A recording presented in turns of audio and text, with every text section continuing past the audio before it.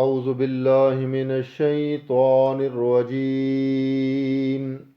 بسم الله الرحمن الرحيم أتأمرون الناس بالبر وتنسون أنفسكم وأنتم تتلون الكتاب أفلا تعقلون آمنت بالله صدق اللہ العظیم۔ انتہائی قابل احترام سامعین ذی وقار، آپ حضرات کی خدمت میں سورۃ البقرہ کی آیت نمبر 44 تلاوت کی ہے، اور سب سے پہلے آج ہم اس آیت کا ترجمہ کریں گے، پھر اس آیت کے متعلق جو خصوصی اور ضروری طور پر گزارشات ہیں وہ آپ کے گوش گزار کی جائیں گی۔ سب سے پہلے گزارش کروں گا کہ جو درس آپ سنتے ہیں اس کو آپ دوسروں تک شیئر بھی کیا کریں، پہنچایا بھی کریں۔ بلغوا انی ولو آیا، اگر آپ کے پاس ایک آیت کا بھی علم آ جائے تو میرے مرشد نبی کریم صلی اللہ علیہ وآلہ وسلم نے فرمایا کہ اسے دوسروں تک پہنچاؤ۔ بلغوا انی ولو آیا، تو جیسا آپ سیکھ لیتے ہیں، سمجھ لیتے ہیں، اگر آگے بیان کرنے کا ملکہ نہیں ہے تو کم از کم جو سنی ہے بات اور آپ نے سمجھ لی ہے اور یقیناً یہ قرآن کی بات ہے تو آپ کو اچھی لگی ہے، اس کو پھر دوسروں تک بھی شیئر کر دیں۔ اتأمرون، کیا تم حکم دیتے ہو، الناسا لوگوں کو، بالبری نیکی کا، وتنسون اور بھول جاتے ہو، انفسکم اپنے آپ کو، وانتم تتلون الکتاب حالانکہ تم پڑھتے ہو کتاب کو، افلا تعقلون کیا پھر تم نہیں سمجھتے۔ یہ آیت کا میں نے لفظی طور پر ترجمہ آپ کے گوش گزار کیا ہے۔ دراصل یہ جو آیت ہے اللہ تعالیٰ نے علماء یہود سے خطاب کیا ہے،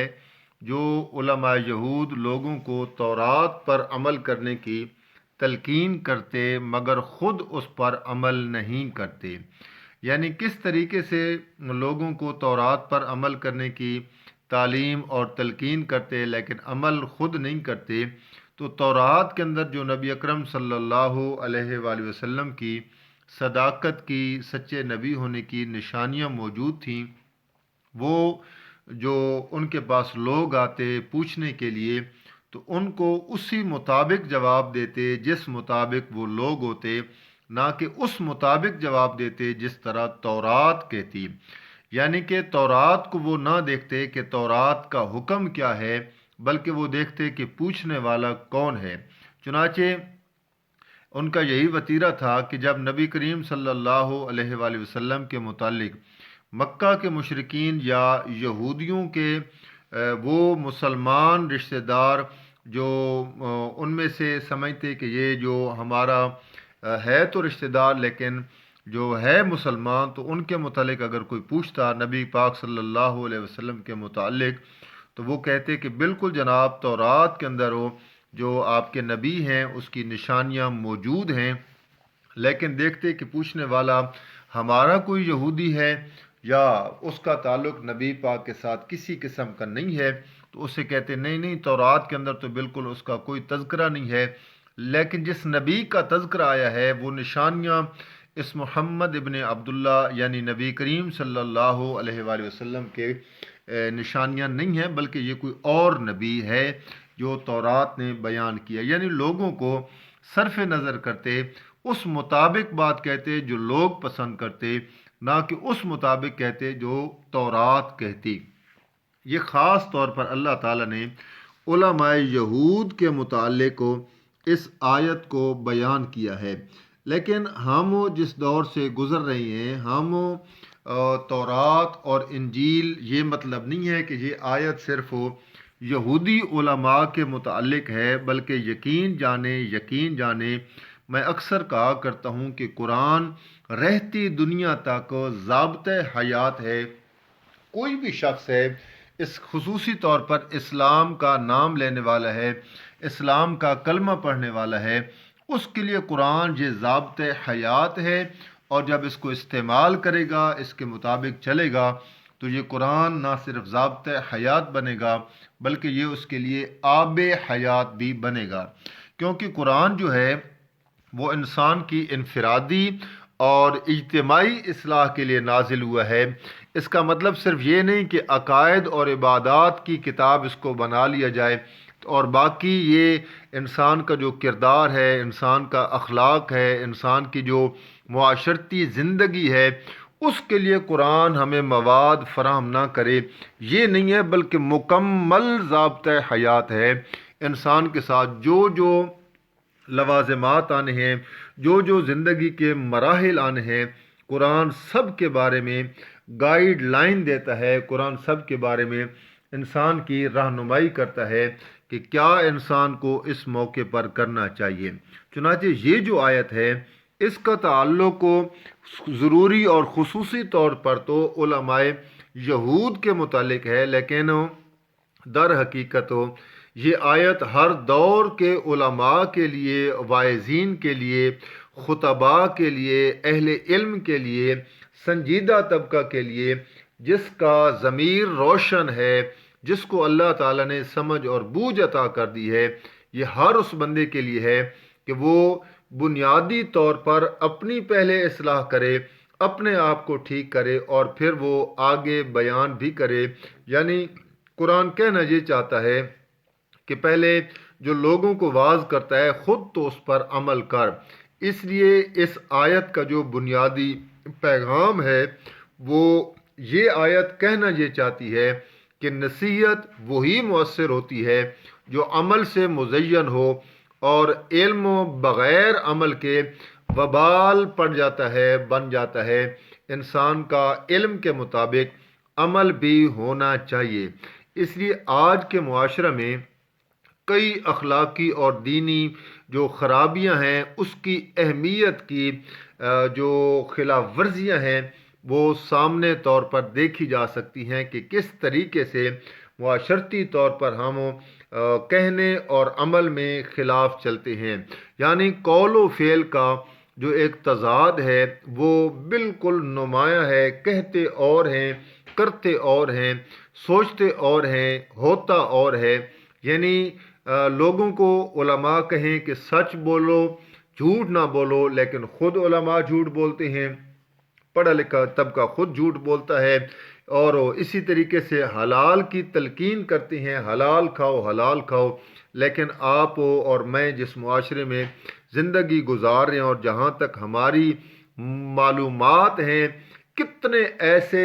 منصوبے ہیں، کتنی زیادہ ایسے نظام ہیں جو آج کل چلے ہوئے ہیں، اس میں اگر میں غلط نہ ہوں تو یوں سمجھیں کہ آپ زیادہ تر اس میں جو مذہبی طبقہ ہے آپ اس کو شامل دیکھیں گے کہ وہ اس میں سر فہرست ہوگا۔ یعنی زیادہ تر لوگ جو ہیں اس کام میں رچ بس گئے ہیں اور شامل ہیں جو طریقے حلال رزق کے نہیں ہیں بلکہ حرام کے نہیں ہیں۔ مشتبہ جو کمائی ہے وہ کھائی جا رہی ہے، بس ایک ہی نیت ہے کہ پیسہ آنا چاہیے، دولت آنی چاہیے۔ تو پھر جو کہنا ہے کہ